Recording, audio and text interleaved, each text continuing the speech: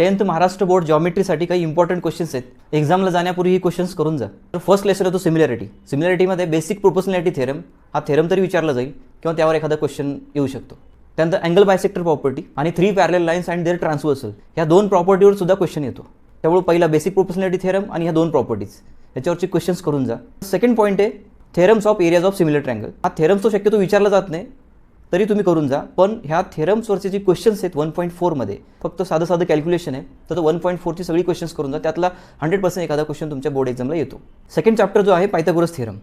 Pythagoras थेरममध्ये Pythagorean triplet त्याच्यावर question असतो.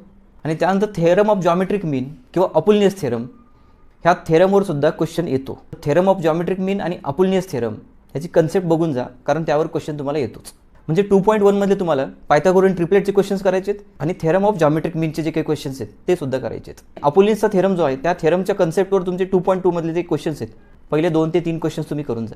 Third जो टॉपिक आहे सर्कल. सर्कल बऱ्याच जणांना हार्ड जातोय, तर त्याला स्किप न करता काय करायचं आहे, टॅन्जंट सेगमेंट थेरम करायचं आहे, सायक्लिक क्वाड्रिलॅटरल थेरम करायचं आहे, त्यानंतर टॅन्जंट सेकंड सेगमेंट थेरम करायचं आहे. तर एक तर cyclic quadrilateral theorem as it is तुम्हाला विचारला जाईल किंवा ह्या तिन्ही थेरम्सवर क्वेश्चन्स येतील. त्यामुळे ह्या तिन्ही थेरमची कन्सेप्ट क्लिअर करून घ्या आणि त्यावरचे एखादे 1-2 सम सॉल्व्ह करून प्रॅक्टिस करा. आणि फोर्थ जो चॅप्टर आहे जॉमेट्रिक कन्स्ट्रक्शन. जॉमेट्रिक कन्स्ट्रक्शन हा इझी चॅप्टर आहे, तो प्रत्येकाने करायला पाहिजे. त्यातलं स्किप करण्यासारखं काहीच नाही आहे, फक्त तुम्हाला डायग्राम्स ड्रॉ करायचे आहेत. त्यामुळे फोर्थ जो लेसन आहे जॉमेट्रिक कन्स्ट्रक्शन हा स्किप न करता सगळे क्वेश्चन्स त्यातले सराव करून जा. आणि 5वा जो चॅप्टर आहे कोऑर्डिनेट जॉमेट्री. कोऑर्डिनेट जॉमेट्रीमध्ये इम्पॉर्टंट जो आहे डिस्टन्स फॉर्म्युला, सेक्शन फॉर्म्युला आणि मिड पॉईंट फॉर्म्युला, या तिन्ही फॉर्म्युल्याजवर तुम्हाला क्वेश्चन येतो बोर्ड एक्झामला.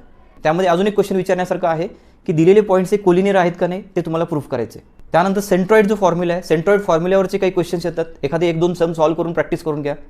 सोपे क्वेश्चन्स आहेत त्यावरचे सुद्धा, ते पण प्रॅक्टिस करा. त्यानंतर 5.3 मध्ये स्लोप फाइंड आउट करायचे, त्यातले एखादे पहिले 2-3 क्वेश्चन्स तुम्हाला करायचे आहेत. आणि 6वा जो चॅप्टर आहे ट्रिग्नॉमेट्री. ट्रिग्नॉमेट्री हा चॅप्टर बऱ्याच जणांना हार्ड जातोय, पण त्यातले काही पॉईंट्स तुम्ही करू शकता. जसं की प्रॅक्टिस सेट 6.1 मध्ये पहिले 3 ते 4 क्वेश्चन आहे, एखादे साइन थीटा दिलेले, त्यानंतर कॉस किंवा टॅन काढायचे. हे क्वेश्चन्स तुम्ही आयडेंटिटीचा यूज करून सॉल्व्ह करू शकता. सिंपल आहेत, एखादे 2-3 पहिले 2-3 जे आहेत ते ट्राय करा, प्रॅक्टिस करा.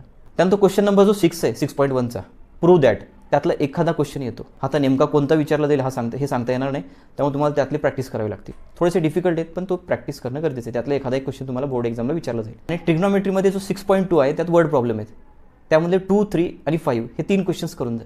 लास्ट जो चॅप्टर आहे मेन्शुरेशन. मेन्शुरेशनसाठी तुम्हाला अगोदर फॉर्म्युलेज माहिती असणं गरजेचं आहे. ॲक्युरेट कॅल्क्युलेशन करणं आवश्यक आहे त्यामध्ये, कारण फॉर्म्युलेज आणि त्याचं कॅल्क्युलेशन हेच त्यामध्ये इम्पॉर्टंट आहे. तर मेन्शुरेशनमध्ये विचारण्यासारखं जे फॉर्म्युलेज आहेत, volume and surface area of cone, sphere and cylinder, ह्या फॉर्म्युलेजवर क्वेश्चन येतोच आहे तुम्हाला. जे 7.1 तुम्हाला बऱ्यापैकी पहिले 4 ते 5 क्वेश्चन्स करायचे आहेत. आणि त्यानंतर 7.2 साठी फ्रस्टमवर क्वेश्चन तुमच्या बोर्ड एक्झामला असतो. त्यामुळे फ्रस्टमचा जो फॉर्म्युला आहे त्या फॉर्म्युल्यावरचे क्वेश्चन्स म्हणजे 7.2 हा प्रॅक्टिस करून जा. तसं पण 7.2 मध्ये फक्त 3 क्वेश्चन्स आहेत, तिसरा तर ॲक्टिव्हिटी आहे, तर ते सगळेच तुम्हाला करायचे आहेत 7.2 मधले. आणि तुमच्या सॉल्व एक्झाम्पलमध्ये प्रत्येक लेसनचे ज्या काही ॲक्टिव्हिटीज दिलेले आहेत त्या ॲक्टिव्हिटीजची प्रॅक्टिस करून जा. त्यातलंच एखादं ॲक्टिव्हिटी तुमच्या बोर्ड एक्झामला विचारलं जातं. आणि मेन्शुरेशनमध्ये महत्त्वाचं सेडेड रिजन, म्हणजे एखादी डायग्राम दिली आहे तुम्हाला, त्यातलं सेडेड रिजनचा एरिया फाइंड आउट करायचं आहे, असा क्वेश्चन तुमच्या एक्झामला येऊ शकतो. त्यामुळे मेन्शुरेशनमध्ये जे काही सेडेड रिजनचे काही एक्झाम्पल्स आहेत, सॉल्व एक्झाम्पल आहेत किंवा तुमच्या प्रॅक्टिस सेटमध्ये आहेत, ते सगळेच एक्झाम्पल्स बघून जा. त्यातला एखादा सेडेड रिजनचा क्वेश्चन तुमच्या बोर्ड एक्झामला येतो. आणि शक्यतो सॉल्व एक्झाम्पल्स सगळ्या चॅप्टर्सचे करून जा. आणि त्यात काही ॲक्टिव्हिटीज जे दिलेले आहेत त्या ॲक्टिव्हिटीजसुद्धा प्रॅक्टिस करून जा. त्यातला एखाद्या ॲक्टिव्हिटीजमधला एखादा क्वेश्चन तुमच्या बोर्ड एक्झामला येऊ शकतो.